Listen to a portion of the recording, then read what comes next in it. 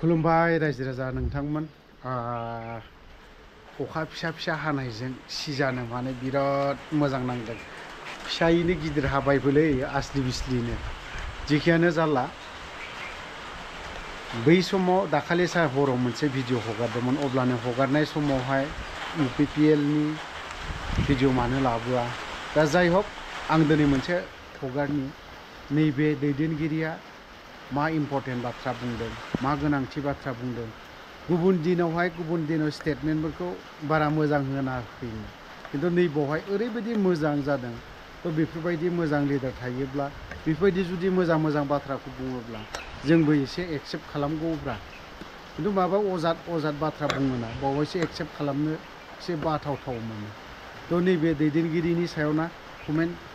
एसे लिरना हरनोखौ दाबावदे खोनासंनानै लानि नैबे दैदेनगिरिया बे बारावसो स्टेटमेन्टखौ बिराद मोजां होदों खोनासंना लानि আজিৰ সময়ত তীব্ৰ গতিৰে আমাৰ দলীয় যি কাম কাজ আছে সেইটো কৰি আছে আৰু যেহেতু আমি এইবাৰ নিজাববীয়াকৈ চৰকাৰ কৰা যিটো প্ৰচেষ্টা আমাৰ চলি আছে সকলো প্ৰাইমাৰী লেভেলৰ সম্পূৰ্ণৰূপে আমাৰ পূৰ্ণাংগ ৰূপ হৈ গ'ল বুথ কমিটিবিলাকক ইনষ্ট্ৰাকশ্যন দিয়া হৈছে সেই সাংগঠনিক যিখিনি মানে কাম কাজ আছে এই কাম কাজবিলাক আমাৰ মজবুত স্থিতিত অৰ্গেনাইজডৰ কাম চলি আছে এই এনেধৰণৰ ৰাজনীতিক দল ফ্ৰাষ্ট্ৰেশ্যনত ওলোৱা এটা দল হয় আৰু এই ফ্ৰাষ্ট্ৰেশ্যনত কোনো পাৰ্টি চলাব নোৱাৰে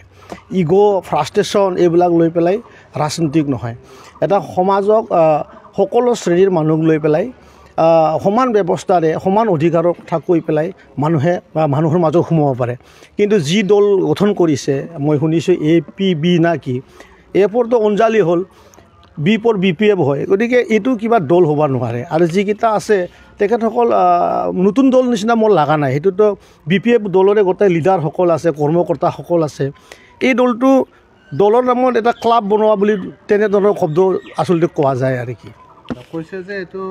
বিটিআৰ চুক্তি ব্যৰ্থ হোৱাৰ কাৰণে এই দলটোৰ কথা মই কৈছোঁৱে ইয়াতে তেনেকুৱা ধৰণৰ তেখেতসকলে ex-NDP নাম লৈছে কিন্তু বিশেষ বেছি শতাংশৰ ex-NDP বিলাক UPPL দলৰ লগত যোগদান হৈ আছে UPPLৰ হৈ কাম কৰি আছে তেখেতসকলে কোন ধৰণৰ ex-NDPৰ ভাল কাম কৰিবলৈ যাব এইটোতো কোনো ধৰণৰ মই ৰাস্তা দেখা নাই বা অনুভৱ দেখা নাই আৰু অঞ্জলি বাইদেউ তেওঁ এটা এক্ট্ৰেছ কৰা মই দেখা পাইছোঁ বহুত টাইম চিনেমা এক্টিং কৰে তেখেতে সঁচা জীৱনটোকে হয়তো এক্টিঙৰ ৰ'ল লৈ আছে নেকি এনেকুৱা ধৰণৰ এটা ফিলিংটো হৈছে কাৰণ মানুহ সজোৱা আৰু সমাজৰ লগত একেধৰণৰ ব্যৱস্থা ৰাখি পেলাই কাম কৰাটো এটা বহুত ডাঙৰ চেলেঞ্জ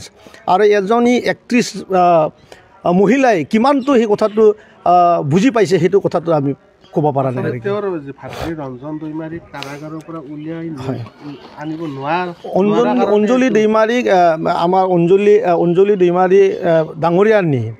যি দাদেশ আমাৰ ৰঞ্জন দৈমাৰী ডাঙৰীয়া তেখেতক ওলোৱাৰ কাৰণে আমাৰ UPPL দলে আজি 5 বছৰ ধৰি তেখেতক অহৰহ চেষ্টা কৰি আছে মই সঘনে মিডিয়াত কহি আছোঁ যে আমাৰ অমিত শ্বাহ ডাঙৰীয়াই এইটো আৰু মুখ্যমন্ত্ৰী ডাঙৰীয়াই খুব পজিটিভ অলৰেডি আপোনালোকে গমাই পাইছে বহু মানে কেছ এতিয়া আমাৰ অসম চৰকাৰত আহি পাইছে বা অসমলৈ আহিছে NIAৰ যিমানবিলাক কেছ আছিলে গতিকে মই দেখা নাই তেনেকুৱা মই দেখা পাইছোঁ ইলেকশ্যন আহিছে যদি অলপ মানে নাচ গানা কৰি পেলাই ক'ৰবাৰ পৰা অলপ চলপ ইফালে অংক কৰি বিল্ডিং উঠাব পাৰে নেকি তেনেকুৱা হয়তো হ'ব পাৰে এনেকুৱা দলে আপোনালোকৰ কোনো ক্ষতি কৰিব মইতো ক'লোৱে এইটো দল নহয় এটা ক্লাব হয় NDFB সকল আমাৰ লগতে আছে যিমান NDFB আছে আমাৰ আগৰ পৰা এইকেইটা মানুহে আছে তেখেতেও নেতৃত্ব দি আছে এতিয়া যোনটো NDFB আছে সেই সকল BPFক নেতৃত্ব দি আহিছিলে গতিকে এটা পাৰ্ট অফ মানে BPF এপৰ অঞ্জলি কোৱাই আছে বিফালে BPF লগাই লৈছে আগফালে অঞ্জলিয়ে নিজৰ নামটো লগাই লৈছে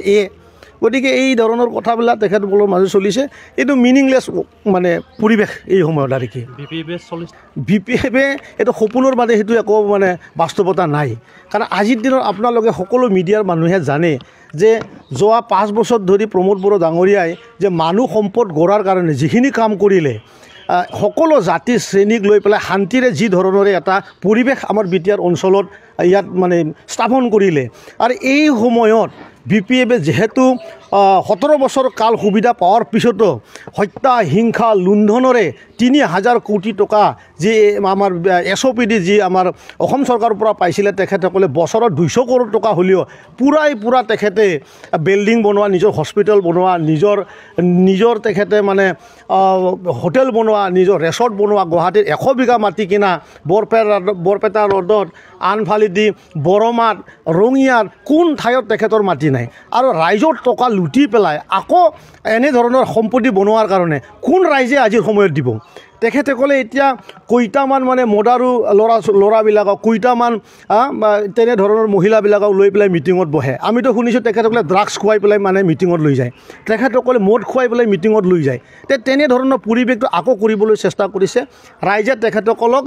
ধিক্কাৰ দিছে ৰাইজে তেখেতসকলক এটাও ভোট নিদিয়ে কাৰণ 17 বছৰত তেখেতসকলে মানুহ সম্পদৰ নামত এটা চুলিৰ এডালো কাম কৰা নাই লুণ্ঠনৰ বাদে চুলি এটাৰো কাম কৰা নাই ভাৰত স্বাধীন হোৱা 70 বছৰ বেছি হৈ গ'ল ৰাস্তাৰ কাম ক'বাই বিল্ডিঙৰ কাম কিবা যদি কৰিবলগীয়া আছে সেইটো আজিলৈকে শেষ হোৱা নাই সেই সময় বহু চৰকাৰ হৈ গ'ল UPPL আজি 5 বছৰ হৈছে UPPL প্ৰথমতে মানুহ সম্পদ বনোৱাত কাম কৰিছে সেইটো সত্য কথা কাৰণ আমি যে এই সময়ত যে আপোনালোকে প্ৰশ্ন উঠিছে এৰে যে উত্তৰ মই দি আছোঁ এই পৰিৱেশটো আমাৰ প্ৰমোদ বড়ো ডাঙৰীয়াৰ শান্তি চুক্তি হোৱাৰ কাৰণে হৈছে গতিকে সকলো জাতিৰ অসমীয়াই হওক ৰাভাই হওক বড়োই হওক ৰাজবংশীয়ে হওক আদিবাসী হওক মুছলমান হওক সকলোৱে গম পাইছে যে প্ৰমোদ বড়োই BTR অঞ্চলটো ধুনীয়াকৈ চলাব পাৰোঁ আৰু তেখেতকে আমি সকলোৱে চিফ বনাব লাগিব সেই কথা বাৰ্তাবিলাক হৃদয়ত